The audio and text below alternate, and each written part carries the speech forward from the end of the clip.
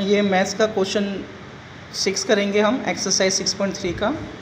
6.3 का जो क्वेश्चन 6 है, इसमें देखो आपके पास एक फिगर गिवन है। इस फिगर के अंदर क्या है, पी क्यू आर, ये एस है, ये टी है। अच्छा, ये चीज़ गिवन है कि जो क्यू टी है, जो क्यू टी है वो एंगल क्यू का क्या है, बाइसेक्टर है। जो बाइसेक्टर होता है वो क्या करता है, किसी भी एंगल को 2 इक्वल पार्ट्स में डिवाइड करता है। यानी पी क्यू आर का बाइसेक्टर क्या है, Q T. It means P Q T जो है वो किसके इक्वल हो जाएगा, टी क्यू आर के इक्वल है।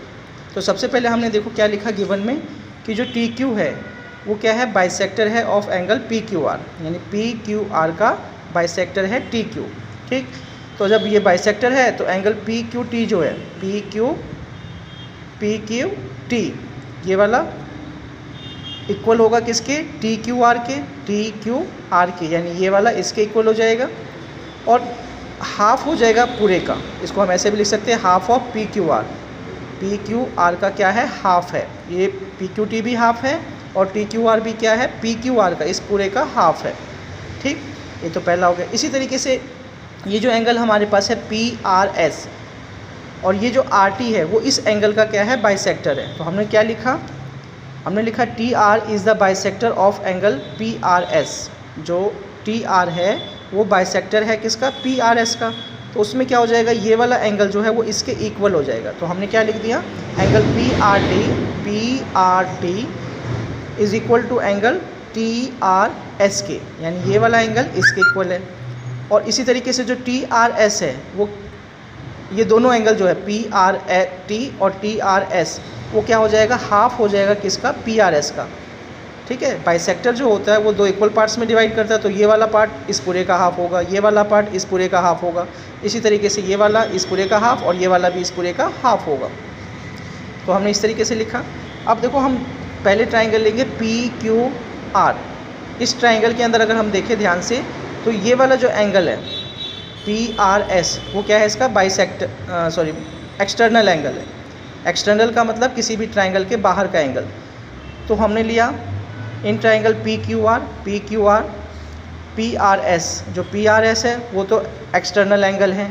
ठीक, तो अब हम इसको ऐसे लिख सकते हैं, आपने पढ़ा होगा कि कोई भी जो ट्राइंगल होता है, यहाँ पे बता रहा हूँ मैं आपको, किसी भी ट्राइंगल का जो एक्सटर्नल एंगल होता है वो सम होता है, इंटीरियर अपोजिट एंगल का सम होता है। यानी इसका और इसका सम क्या होगा, इसके इक्वल होगा। तो इस तरीके से हम लिख सकते हैं कि दिस, यानी ये वाला एंगल प्लस में ये वाला एंगल किसके इक्वल होगा, पी आर एस के। तो हमने देखो इस तरीके से लिखा, पी आर एस जो है वो किसके इक्वल होगा, दिस प्लस दिस।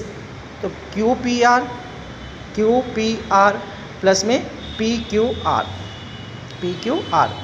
अब हम क्या करेंगे, हमने क्या किया, तीनों को डिवाइड किया 2 से, तीनों का हाफ किया। तो पी आर एस का हाफ किया, पी आर एस का हाफ 2 लगा दिया। किसी भी चीज़ को डिवाइड करने के लिए आप 2 लगा सकते हो नीचे। इसको भी हमने 2 से डिवाइड किया, इसको भी 2 से डिवाइड किया। ठीक, अच्छा अब देखो ध्यान से, जो पी आर एस है जब उसको 2 से डिवाइड करेंगे, पी आर एस को, ये पी आर एस है उसको जब हम 2 से डिवाइड करेंगे, तो मैंने अभी आपको बताया था कि पी आर एस को जब हम क्या करेंगे, हाफ़ करेंगे। पी आर एस का जब हाफ़ करेंगे तो टी आर एस भी लिख सकते हैं और पी आर टी भी लिख सकते हैं। तो मैं इसमें से क्या ले रहा हूँ, टी आर एस ले रहा हूँ। पी आर एस का जब हाफ़ करेंगे तो टी आर एस, मैं इसकी प्लेस पे क्या रख दूँगा, पी आर एस के हाफ़ की जगह पे टी आर एस ले लिया मैंने। फिर इस तरीके से ये क्या है, क्यू पी आर का हाफ़, इसको मैं कुछ नहीं करूँगा। देखो ध्यान से, क्यू पी आर, क्योंकि इसके बीच में कोई बाइसेक्टर नहीं है तो इसको हम हाफ़ निकल के अलग से नहीं लिख सकते।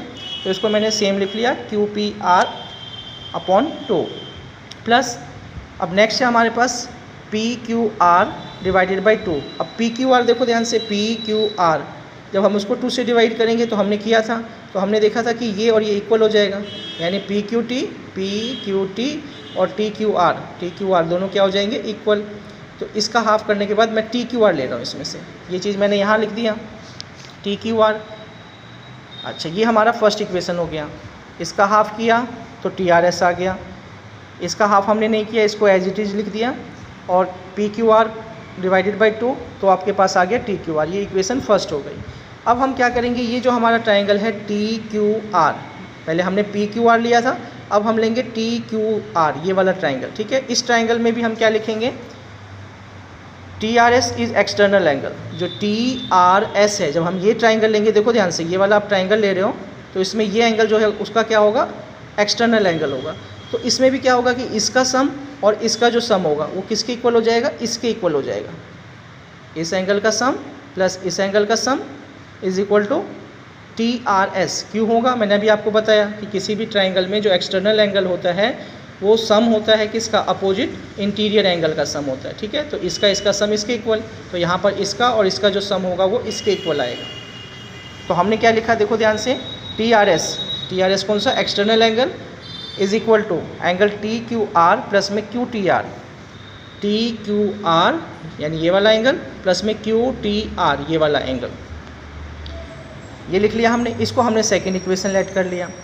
अब हम क्या करेंगे, जो फर्स्ट इक्वेशन है इसमें देखो TRS की वैल्यू है ये, और जो सेकेंड इक्वेशन है इसमें भी TRS की वैल्यू है ये।